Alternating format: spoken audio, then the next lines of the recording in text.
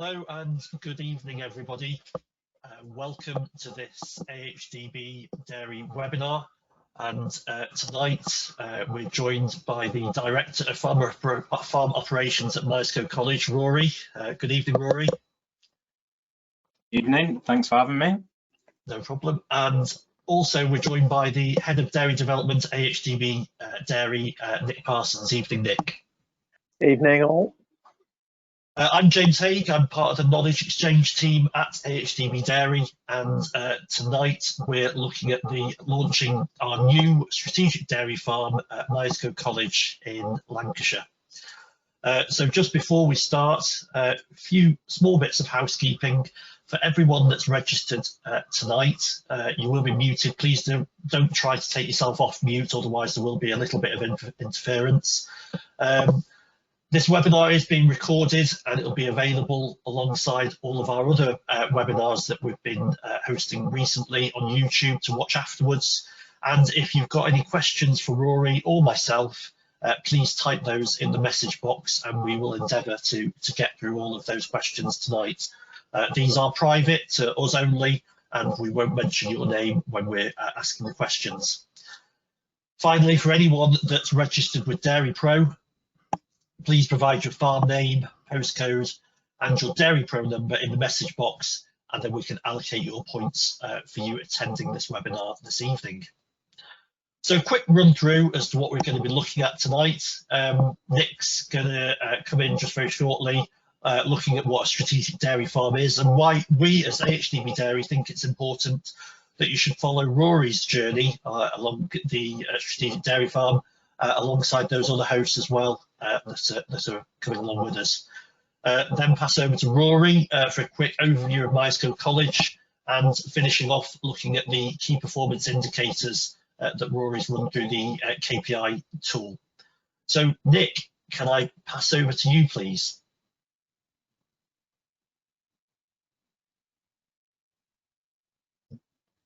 Oh yes, thank you, James. There's the first one. Thank you. So we welcome Ruari and Myerscough College to the Strategic Dairy Farm Network in Dairy. It's part of the Farm Excellence platform as a whole, and tonight I'm going to just whip through the piece around strategic dairy farms, because there's a bigger piece with regards to the strategy itself that I want to just touch on. So the people are important, and Ruari's joining that group now of 22 farms that we have as a network, and right the way through from North Devon all the way up through into Scotland.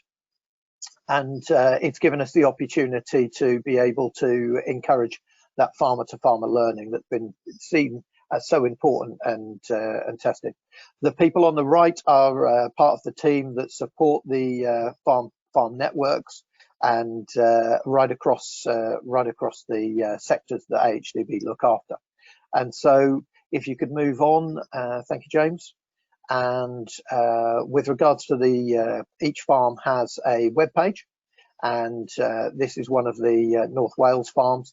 But if you want to follow a farm, you can identify with their optimal dairy system. So with Ruari, it's an all year round farm, and identify a farm out of that group that you can relate to and has a similar system, maybe working to similar goals as yourself, and follow those through on the website. And within the website, not only with the KPIs, which I'll touch on later on in the broadcast, KPIs will be on there, the key performance indicators, so you can benchmark against those farms, but also it gives you the access to the other events that they've had as we go. Thank you, James. So with regards to the network itself, we've had to move digitally since the first lockdown, and the Knowledge Exchange team, James included, have launched a number of farms, along with had a number of technical meetings throughout the period, and been very successful with a number of people we're reaching, and we're very pleased about that. So not only are the live recordings as we are doing this evening, we then have the YouTube recorded version that people can then come into and watch There's always detail which we'll send out to the live audience after the broadcast. But then also on the YouTube videos, there is a large amount of detail that's available with those recording on YouTube. So I'd encourage you to subscribe if you are listening to the recording now, and that will give you the opportunity to be notified of the next strategic dairy farm meetings. Thanks, James. So I'm going to just touch now, if you flick the next slide as well. The strategy for AHDB has been released as a consultation process, and last week we announced, Nicholas Sapphire announced that it was available to be able to comment on, and we would encourage, and I'll just touch on a few slides of just encouraging you to have a look at the new strategy. It's a 5-year strategy, and we're looking to build a feedback from farmers, levy payers, with regards to the activity that we're doing, and that goes for dairy as well as it does across all sectors. And change is a big part of what we're trying to do in AHDB at the moment.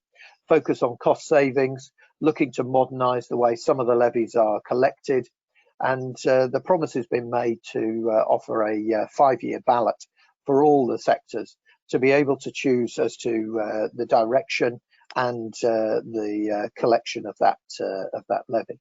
The strategy itself, that wide interest in performance and driving profitability of all of our levy payers, flying the flag and highlighting the British produce both at home and overseas, but also the evidence and data that we look to and we're known for as AHDB around the research and the work that we do to support farming. Thank you, James. So dairy at a glance, we are looking to drive new tools, and we'll touch on those later on in the programme. Looking to measure and reduce and drive efficiency and environment. Looking to focus on research around that environmental work that everyone has at the front of their minds at the moment, but also along with the animal health and genetics that we again have been working on within the research programme. The growth of the strategic dairy farm network, we're at 22, we're looking to get to 25 as soon as possible. And I would encourage, certainly if you're listening in South Wales at the moment, we're looking for farms down there, as well as we'll be looking to, as farmers come to the end of their 3-year period, replacing farmers in 2021. We have a number of the farms coming to the end of that 3 years. So if you do like the sound of the programme and the opportunity that it gives to you as a levy payer, then please do make contact with your knowledge exchange manager. So that's part of the dairy focus and strategy, and also that building of consumer trust and engagement. So different ways to feedback on that strategy, and there'll be a town hall meeting that's on the 7th of January for dairy, but also there's the opportunity online through email and post. And if you look at the email that comes through, it will give you these details after the programme today, or below the YouTube video. You will also see these details in the details below. So I'll leave it there for now. Thank you, James. Back to you. Thanks very much, Nick. I will share this slide again just at the end of tonight's webinar. If anyone hasn't got a pen and paper and wants to feed back into the strategy, there'll be another opportunity to take these details down.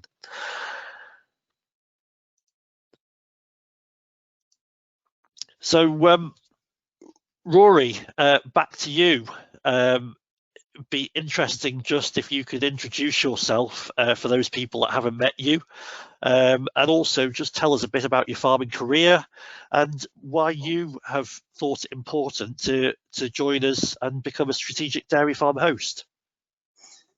Yeah, so thanks, James. Good evening, everyone. So yeah, my name's Ruari Martin. I'm the Director of Farm Operations and Innovations at Myerscough. So yeah, my farming career, the first thing that I always sort of tell people is I'm not from a farming background. My mum grew up in city centre London and my dad grew up in city centre Birmingham. And then I was born right on the tops of the Pennines. More or less everyone, apart from me at school, was a farmer's son or daughter. So I I like to tell everyone I fell into the industry. I've gone along ever since. Really enjoyed it. It's an industry I always enjoyed working in. I still do enjoy working in, and it's an industry I want to try and drive forward.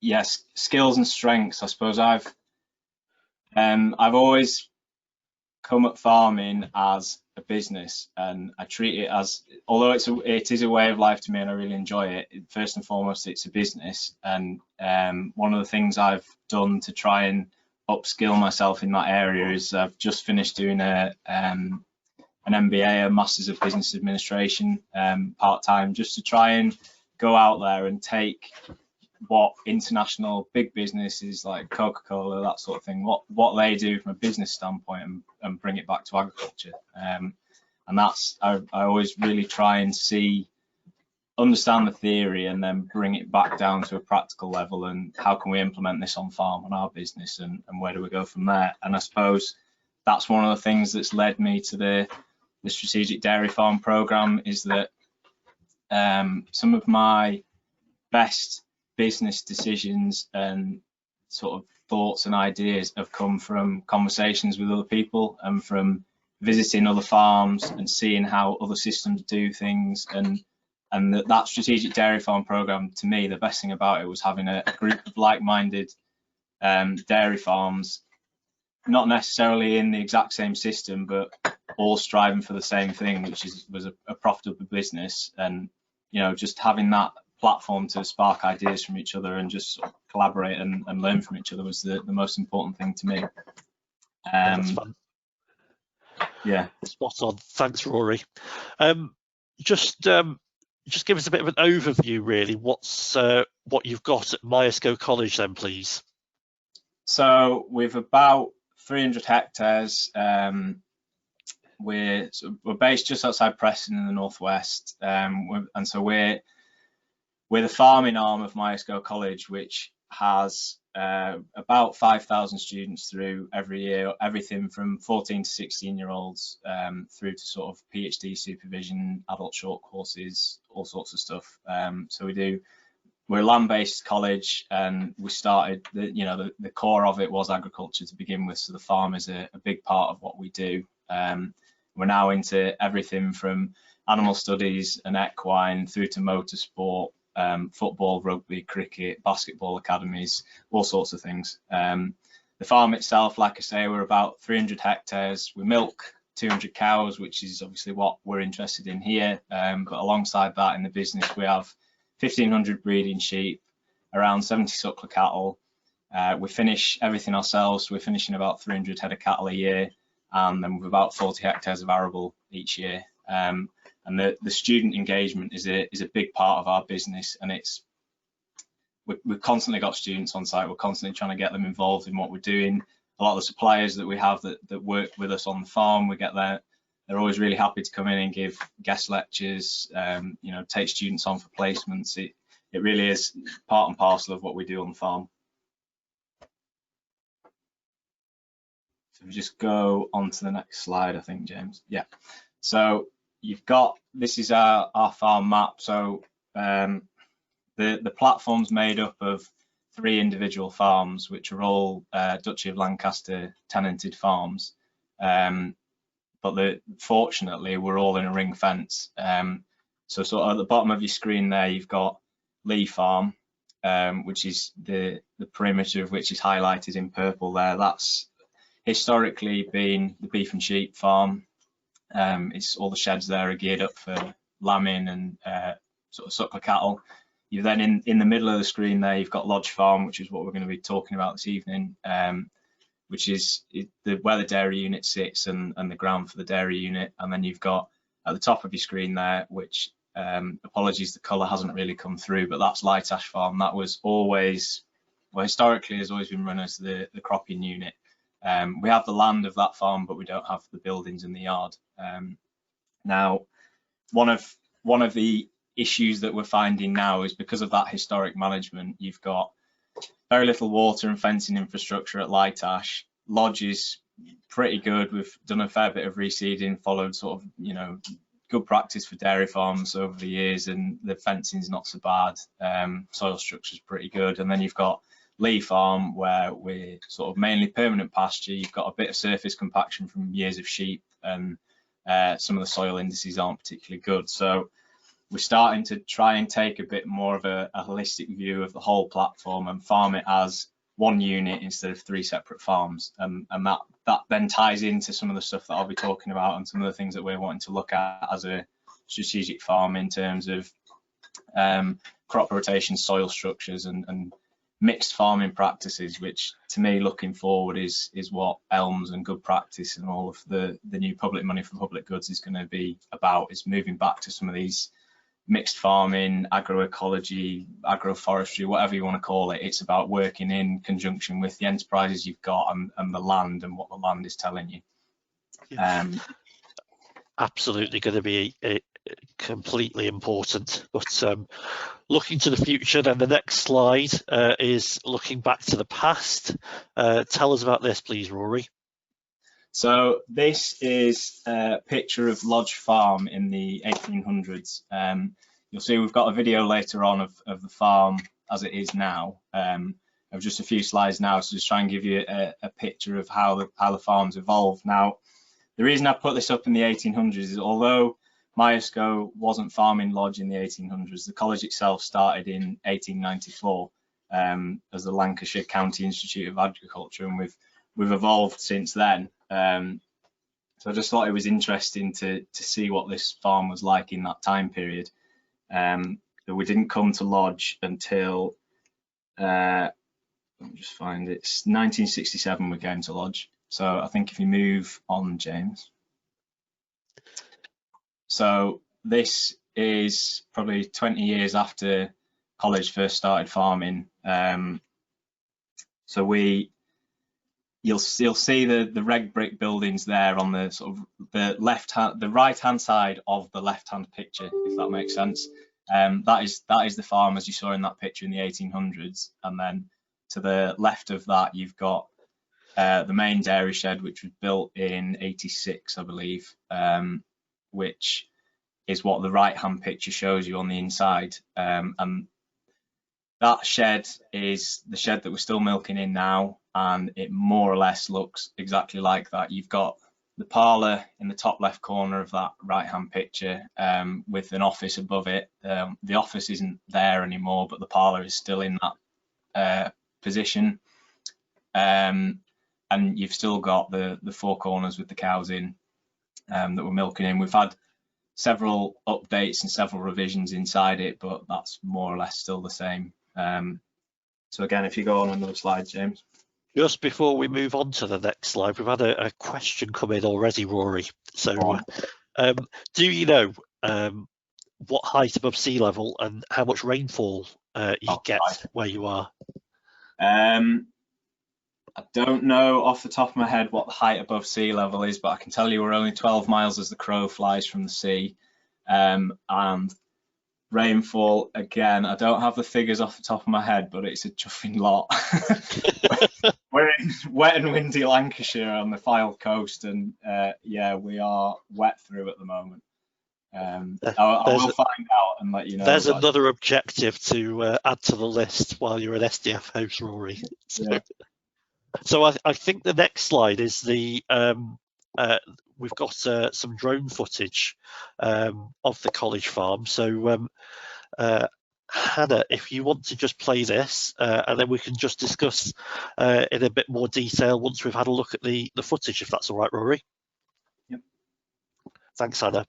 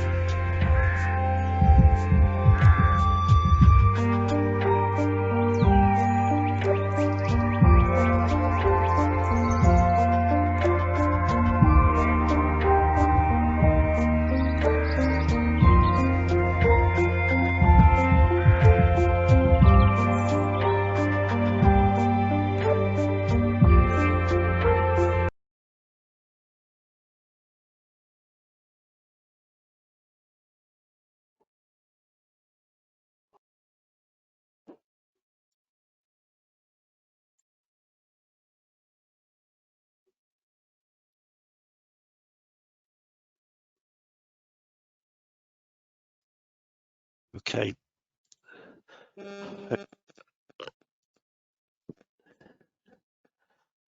Hoping that my screen is shared again.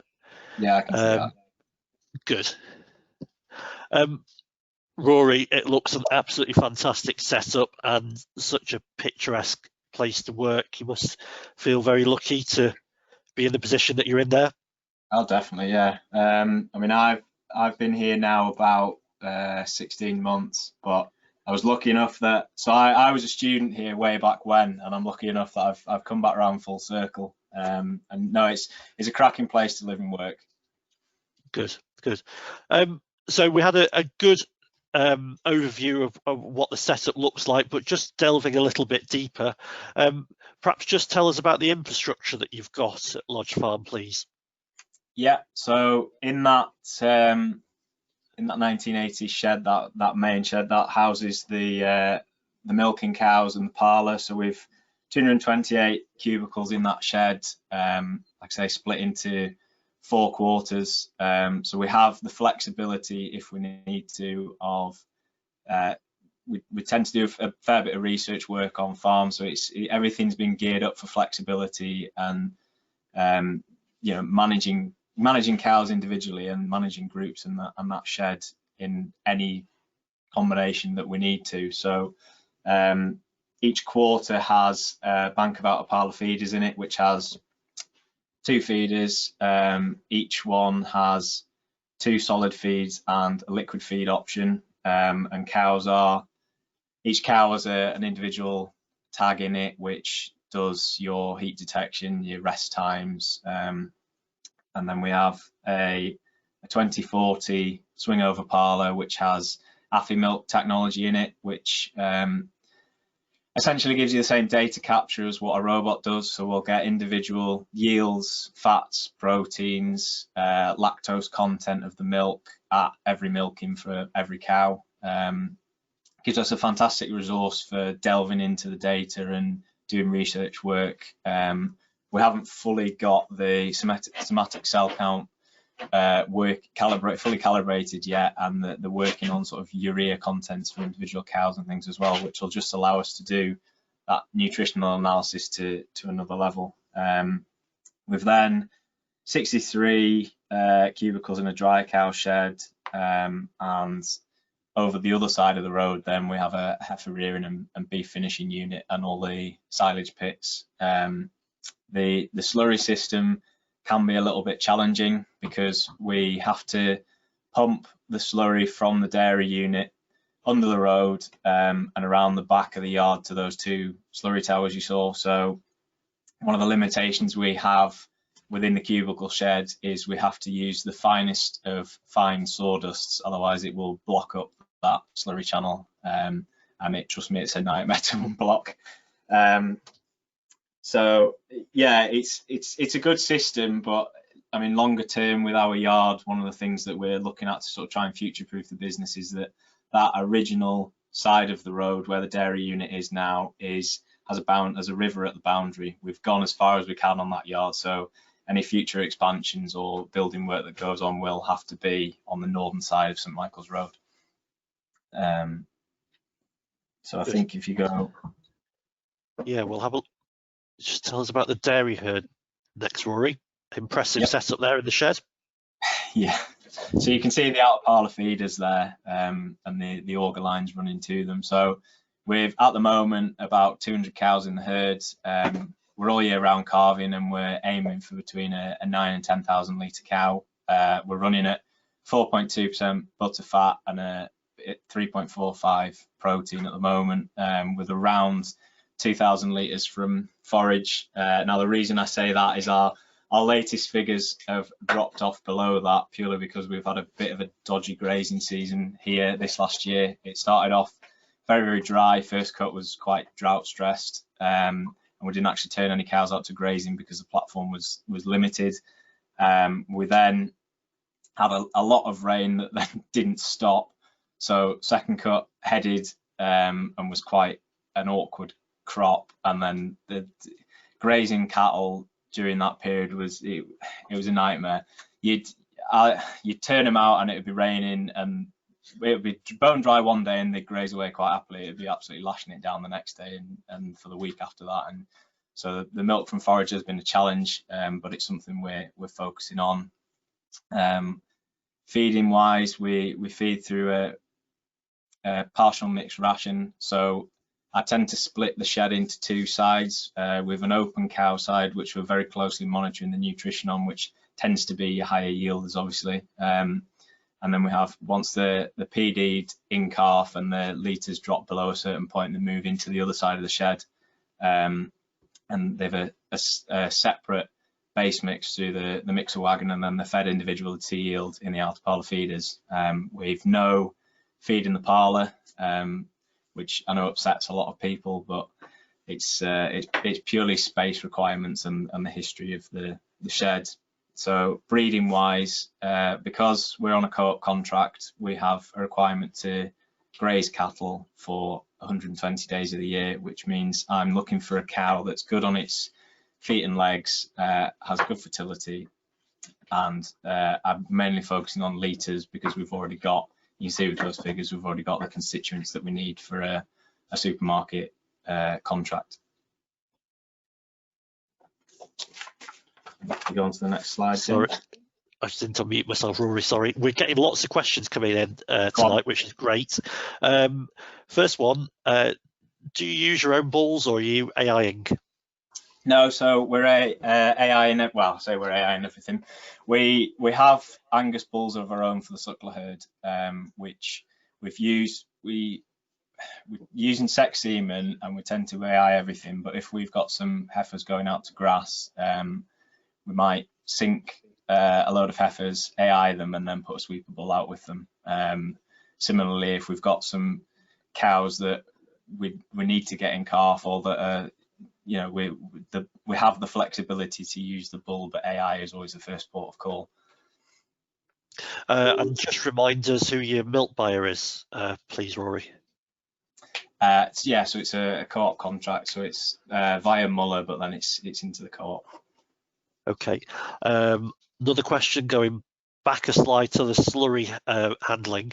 I think you recognise that it's perhaps not the best situation to be in with this at the moment. What are your thoughts? What would you want to, you know, what do you want to see in the future? What system would you have? Is there any opportunity to, you know, separate it, to compost? Or what are your thoughts? Yeah, just briefly, I'll answer your question before. So we're 13 metres above sea level, and we are 1,033 millimetres of rainfall. Fantastic. I've got some good colleagues, and one of them must be watching. He's just doing that. Yeah, so slurry wise, teamwork for you. Yeah, it's all right, that, isn't it? Slurry wise, it's something that we need to look into. It's going to be one of my focuses moving forward, because I noticed when I was reading up on the transition plan that DEFRA have just released, that slurry management is one of their big focuses, and within that, it's, you know, we're going to be moving towards needing 6 months worth of storage rather than the sort of 3 to 4 that we need at the moment. So our slurry, when we analyze it for spreading and nutrient content, it's 2% dry matter, which is quite watery. Standard is 6%. Now, we've just done a big exercise going through all of this yard and making sure that there's the basics, so there's no downspouts, there's no drains going into it, there's not any excess water flowing into it. And one of the reasons why it's so low in dry matter is because it needs to be thin to pump across the road. It's sort of something we can't get away from. But yes, looking into things like separating it, drying it, using it, embedding it, it's something that we do need to look at. But our thoughts at the moment, I don't know is the honest answer, because it's one of my things from the strategic dairy farm that I want to talk to other people about and find out what they found that works and what doesn't. Fair enough. Great. Let's move on. Let's have a look at the Youngstock then, Rory, if that's all right. Yeah, no problem. So Youngstock's always has been a big focus of mine, and it is definitely a focus here. You'll have seen in that that drone footage that we're just on with building a new calf unit now. we are a bit behind schedule due to coronavirus. We were supposed to be finished and moved in by July of this year, but it's looking like it's going to be January now. We struggle to find any concrete. Everyone's favourite excuse, coronavirus, but it has put a lot of things on hold. But no, that'll hopefully. It's not necessarily trying to improve age at first calving, because we're managing to calve in at 24 months at the moment, but it's trying to take a bit of the man hours that are, we're putting a lot of man hours and a lot of effort into getting that 24-month calving, because it is such a focus, and I wouldn't say it's detracting from other areas of the business, but it would just be nice to streamline that a bit more and get a bit more data from the calves. We try and be quite strict with our colostrum management, but also not take it to the nth degree where it's costing us too much time. So we have a nice little hack, really, which is we have some colostrum balls, which the 6 balls each with a different weight, so they float at different densities, and it's obviously just a rough and ready reckoner of how good the quality of colostrum is. So when we've got it in the bucket, you can just chuck these 6 balls in, and if all 6 are floating, ground that's gold dust, freeze it and keep it. And if none of them float, that colostrum's not getting fed, we'll get some out of the freezer, and just to try and, we have got a spectrometer on site, and we've a colostrometer, but it's what works in the day-to-day routine, and how we can actually realistically manage it without being silly with our time, sort of thing. So yeah, housing wise, like I say, we're just hopefully first week in January, we'll be moving across into this new unit, which is very much sort of has a continental feel to it, with the igloos and veranda system from Home and Lau, whereas at the moment we're in the old red brick Victorian buildings that are not ideal, to put it politely. We suffer from quite a lot of pneumonia and quite a lot of scours. Just the environment isn't right for them at all. But it's a typical Lancashire farm. We've invested in the dairy and the adult cow housing historically, and the calves have just got shoved in the corner where you've space for them, really, and you can't do anything else with it. And yeah, breeding wise, we use sex semen on the top sort of 50% of the herd. We're just starting to play around a bit now with genomic testing and tailoring that breeding a bit more closely. And we breed all our own replacements. We try and be a bit selective, and then put everything else to beef, because we have the outlet and the capability to finish them ourselves. Rory, those colostrum balls that you're using sound absolutely fantastic. What's the make of them? Where'd you get them from? I knew someone was going to ask me that. If I'm honest, in a previous life, I used to work for a feed company, and I half-inched them when I left. Because you know this is being recorded, don't you? I do know this is being recorded. The company I used to work for had imported them from Europe somewhere, and I did a quick Google search. The trouble is that the label on the box that I have them in has rubbed off, so I can't actually remember what the make is. But I did a quick Google search of colostrum balls the other day, and I'm sure Google searches of colostrum balls tonight will be on the rise. So just be careful what you type in. Yes. Okay, we'll leave that one there perhaps, and move on to the grazing and the forage, Rory. Yeah, so it's a little bit difficult. I always get asked this of, what's your silage area, what's your grazing area for the dairy cows, and it's a little bit bad to say, because we like I said before, we run the full platform as one farm, but I've sort of tried to estimate a bit there that the grazing platform, the fields that we always graze in, is about 66 acres of.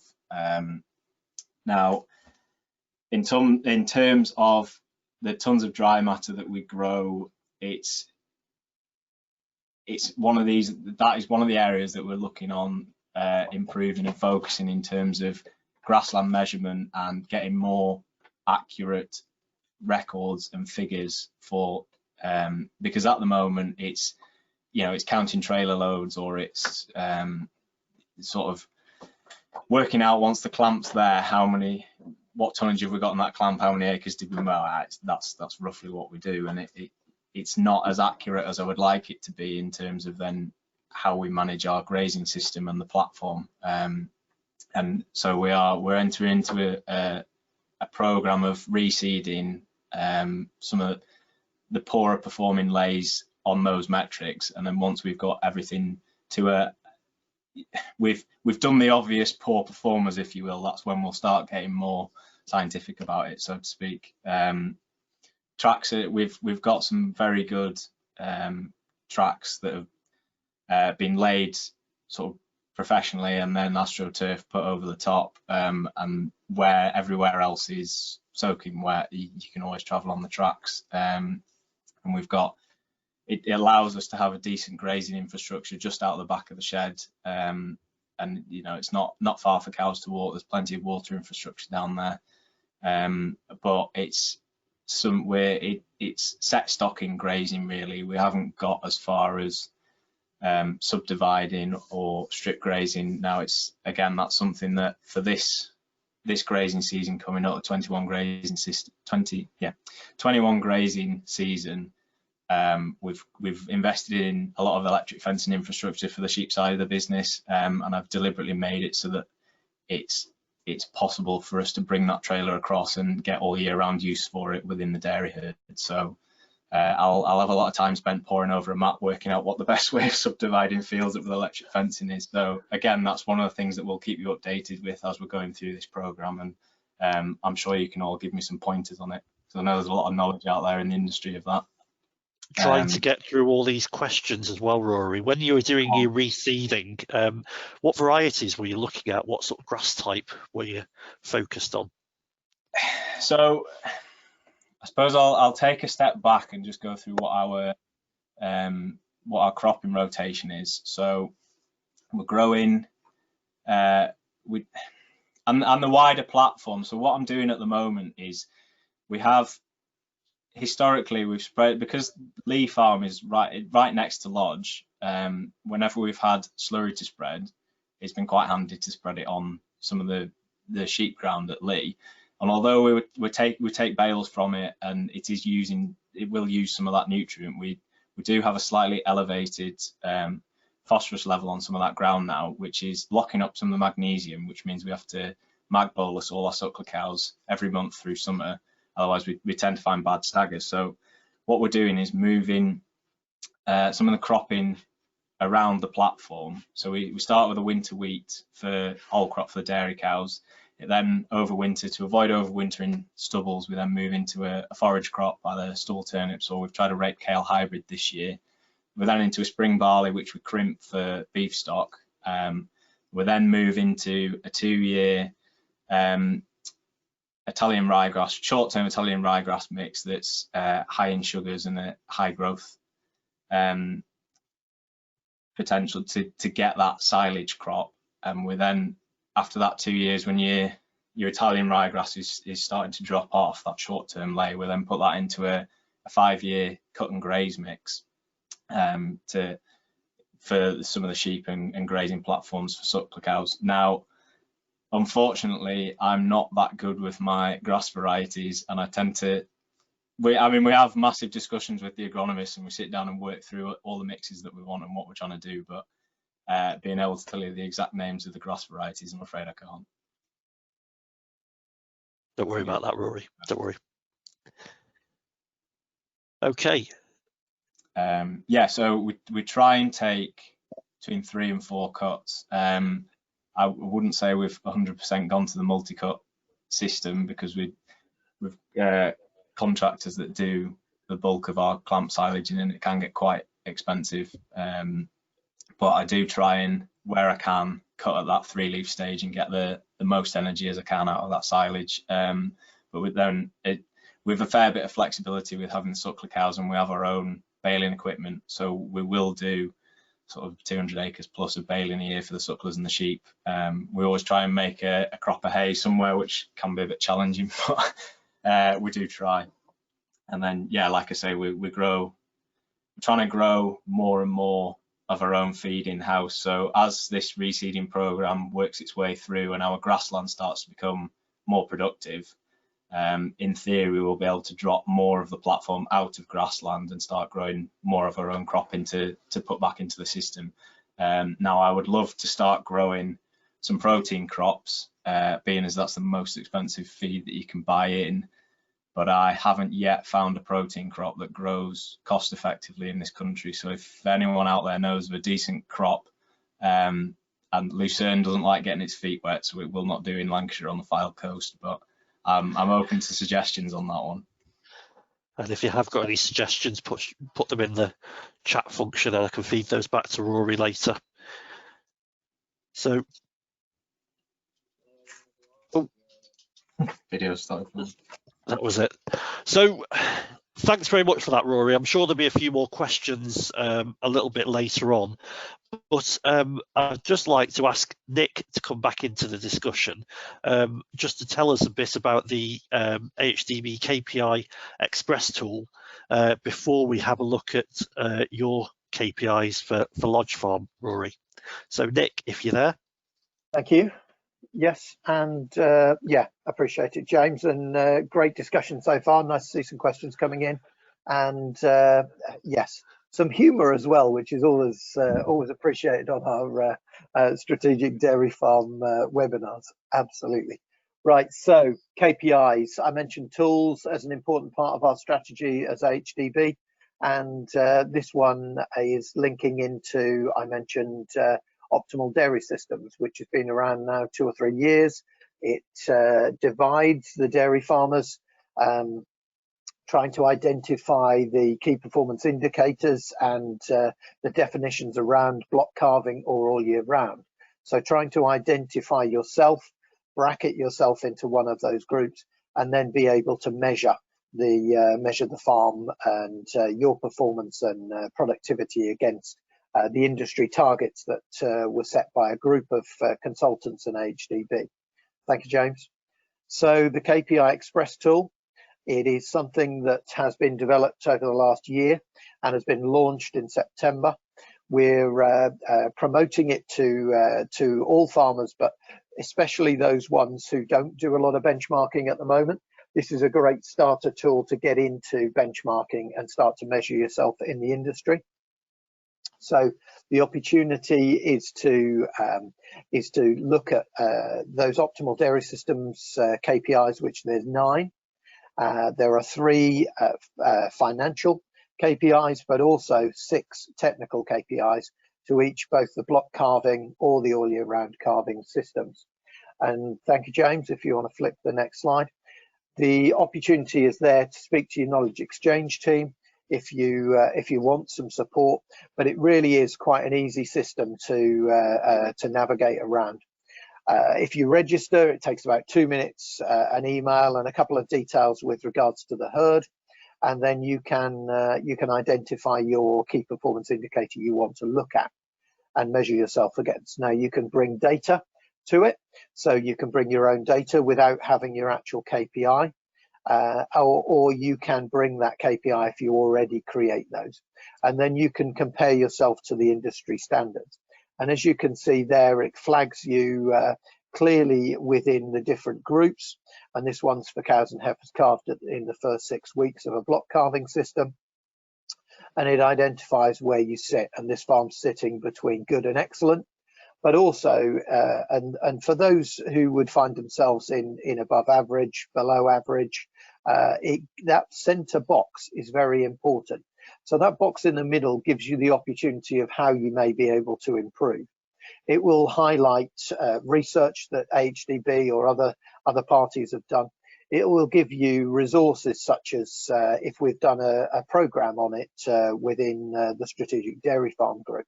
So there is support and direction to be able to not only measure yourself and measure your farm against industry. As I mentioned earlier, you can go to the website and look at not only Myerscough, but all the other 21 other strategic dairy farms. Find a farm which has got a system similar to you. Measure yourself against that farm. We identify those farms because they are doing a good job, and they're really driving forward. So there's an opportunity to measure yourself against those, as well as the industry or average. So I'll pass back to you. I think, James, I think that's my last slide. It is, yep. Excellent. Thank you very much again, Nick. So, Rory, you put your figures through the KPI tool. How did you find it? Yeah, I mean, this was a really, really interesting exercise for me, because I suppose, again, we're a slightly unique case being part of the wider college, because we're not a standalone business. So the accounts that I see on a month-to-month basis are purely management accounts, and a lot of the capex and the building infrastructure and things goes through the main college accounts. So it was really interesting exercise to try and start teasing our own business out, and I mean, it's a project I was on with doing anyway. This just gave me a bit of immediacy and a kick up the bum to do it. Now, I think when you go on to the next slide, James, I've got a fair bit to talk about. Yes. So there's a mixture of figures there, isn't there, Rory? Yeah, a mixture of good and bad. Some good, some bad. Let's have a look at the positives first. So yeah, preg rate is, again, it's one of my key focuses moving through the business. That if you don't get your cow and calf, you're not going to get another lactation out of her. And to me, the easiest way of increasing your average yield per cow per day is just get them in calf as soon as you can, and that way your days in milk are down, and it just starts to make life a bit easier in terms of managing the shed. And you can target your feeding much more easily. You've not cows at 40 days in milk and 400 days in milk as a silly example, but so we work with full RMS, thanks to Genus, and I get a lot of pushback sometimes on that, but to me it's an extra labour unit, and with that much going on in terms of dairy, beef, sheep, cropping, students, research, there's that much going on a daily basis that I still like a herdsman to have the knowledge and have the AI in and know what they're doing, but to then be able to manage the RMS that's going on, and for us to be able to not necessarily forget about it, but when we get busy with other things, it's a load off our mind. So that's definitely something we're focusing on. Like I've already said, age at first calving, 24 months. To me, that's as low as I want to take it. We'll probably touch on that on the next slide, Rory, but looking at the financials at the bottom, just explain what's going on there. Yeah. So to me, the strength of our business, when you look at it as a whole, is the diversity of that business, and the fact that we can buy a piece of machinery and share it across all the enterprises. It starts to get a little bit complicated when we try and break things down and look at KPIs on an individual basis, and I've tried with these figures to apportion each individual item to, it's 60% dairy use, it's 10% sheep, it's 10% beef, and but it just starts getting messy, and it takes a lot of time to. I still don't think these figures are right, because they can't be, otherwise we wouldn't be in business. But this is kind of a best guess at the moment, and one of the qualifications I'll put into this is that we have a lot of infrastructure and a lot of investment that a normal, in inverted commas, dairy farm wouldn't make, because we have a lot of things that have been put in with a research angle in mind that have, they've ended up costing tens of thousands more than they necessarily needed to. The outer parlour feed has been an example that we didn't, normally you wouldn't put something in that's got 2 solid feeds and a liquid feed option into this size of a farm, but for us it has a research implication, and the costs we have to allocate to the farm for this sort of exercise, but the income doesn't sit in the dairy pot, if you will. It sits in a separate pot for a research budget, and the same with a lot of the student work that we do. We invest heavily in the latest technology and the latest equipment in order to give students the best experience, give them the education that they need to go out and be leaders in the industry. But again, it then sits on our books, and the income from that enterprise isn't necessarily reflected in the dairy. And also, Rory, with that in mind, this is the first time that you've done something like this on screen. I would hope that in the forthcoming 12 months that you'll be able to allocate those costs more accurately, and in 12 months' time, when we have another look at these, they'll be different again. Oh, yeah. So, yeah, well, like I said, it's been a really good exercise for me to try and start to get to grips with what we're doing, and it's and I'd say to every other farmer, when you do this, it really makes you drill down into what areas of your business you really need to focus on. And at face value, they might not be the bottleneck in the business that you need to sort out, but just doing this and spending the time to do this is really important. And the calculator and the system that AHDB have set up is really user friendly. So it's definitely worth doing. And I didn't pay Rory to say that either. So we will just have a quick look at some of the highlights, Rory. Age at first calving, I would say that you're absolutely nailing that. Yeah, I mean, like I said before, it always has been a focus of our business, and it always will be. But I suppose the investment that we're making into that area now is to maintain the performance that we're doing, but take some of the effort out, if you will. And so that's where we're coming from with putting in the new calf system, which will have an automatic milk feeding system with a weigh cell at every station. So every time a calf comes to drink, it's being weighed, and we can monitor the growth rates that bit more effectively. And it starts. We've invested in that unit perhaps more heavily than we needed to, but there's a lot of research trials that we've got in the back of our heads that we want to start doing. It's a lot more opportunities for students to do dissertation projects and still maintain the commercial focus that we have moving forward. Very good. And I think at the end of next year, we've got penciled in and hopefully, touch wood, an on-farm meeting to have a look at the new housing for the calves, haven't we?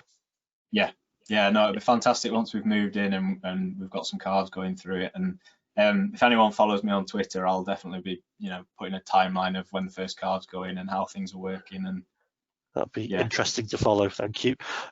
Let's have a look at the preg rate.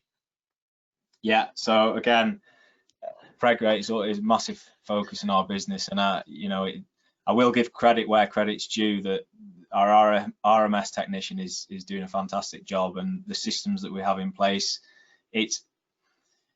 we've fallen foul before of relying too much on technology, and I'd always say heat detection systems are fantastic, but there's always room for something to go wrong with whatever system you're using. So it's kind of a belt and braces approach that we've got the heat detection system. And I always sort of say to students as well, technology is great as a shortcut. It points you in the right direction, but you still got to use your own nous and your own stockmanship to go out. And if the computer says that 1, 2, 3 is bulling, but you go outside and you look at it and you think, well, hang on a minute, foot trimmer was here yesterday, or this was happening, or that was happening, or I've stuck my hand in her and actually she's not bulling. And we've also got cows with silent heats that the system doesn't necessarily pick up, but the chalk does. So it's just one of those. The fertility is such a big part of the productivity and the profitability of a dairy business. I'm quite happy to have a belt and braces approach, and the results have more than paid for themselves. I always work on it's a bit of old AHDB research now, but I always worked on the fact that for every day after I think 150 days in milk that you've got a cow open, it's costing you £2.50 a day to keep that cow. So that to me is all the excuse in the world to invest in it. Definitely. Then we'll move on now to the purchase feed costs, Rory. We've had a question actually come in about this, so it was quite timely. Very simply, how much concentrate per cow are you feeding?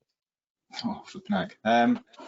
Didn't think to have that to my fingertips. I'll tell you in 2 minutes. But I suppose the thing to say about that, I suppose, is that that's not where I want it to be. We can do better than that, and we will be doing better than that. The college itself, from before 2017. We used to be quite an extensive low input, low output grazing type system. And And after 2017, when we invested in the far side of the road and put up a lot of the beef housing and the finishing infrastructure, we've started down a journey of moving towards more of a high input, high output dairy system, which is why, going back a few slides, I say we're aiming for between a 9 and 10,000 litre cow. At the moment, I think we're about a 9,250, but we are moving in that upward trajectory, and that will obviously have an impact on the feed cost, with some cows that are the old breeding that aren't necessarily responding very well to the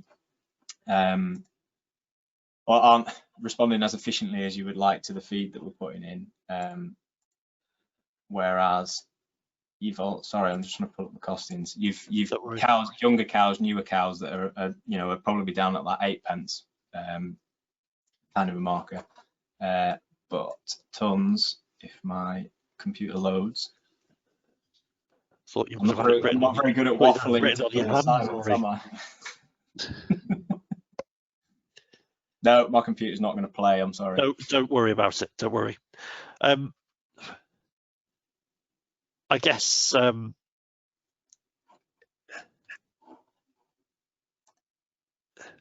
I think it's. I think we've about covered it, Rory. Have we?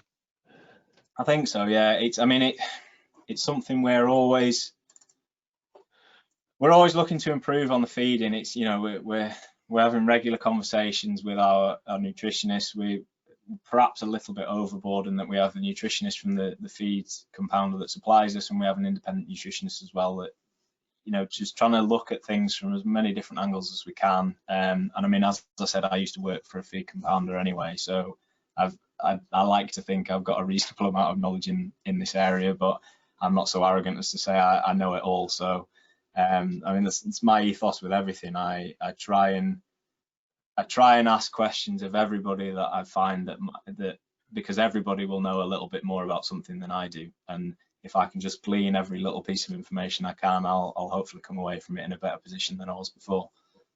No, that's fantastic, Rory. Thank you very much for that. I think you can take a little bit of a breather now for a while. We've come to the end of the presentation, and I think that we've actually managed to cover all the questions that we've had come in. So thanks very much, everyone, for your input. We've already mentioned a few things that we're going to be looking at that we want to focus on in future meetings at Myerscough. But importantly, the next meeting that we're going to be having is going to be another digital meeting and looking at maximising the use of data for farm management. So I do keep an eye out on social media for the date when that's being promoted, and love to see you all joining us again. In terms of summary, what's happening next? Everyone that's registered for this webinar will get a follow-up email with with links to the recorded webinar, and also links to the SDF web pages. As I've said, look out for social media updates, not only with AHDB, but with Rory as well, following the journey that he's starting on with the SDF programme, and also for the progress that they've got with the calf housing. Just a reminder for anyone that if you're a Dairy Pro member, type your name, farm name and membership number into the questions box, and we'll allocate your points. As Nick said earlier in the presentation, AHDB have launched their strategy just recently. Have a look online at ahdb.org.uk strategy feedback for more details, and also of how to respond. So please do take those details down. But that just leaves me to thank everyone for their time, participation and attention, especially to Rory, and looking forward to working with you for a few more years to come. But good night to everyone. Enjoy the rest of your evening, and we'd like to leave you with the video, the drone footage of Myerscough Farm again. Thanks very much. Thank you. Well done, everyone. Very good. Good night.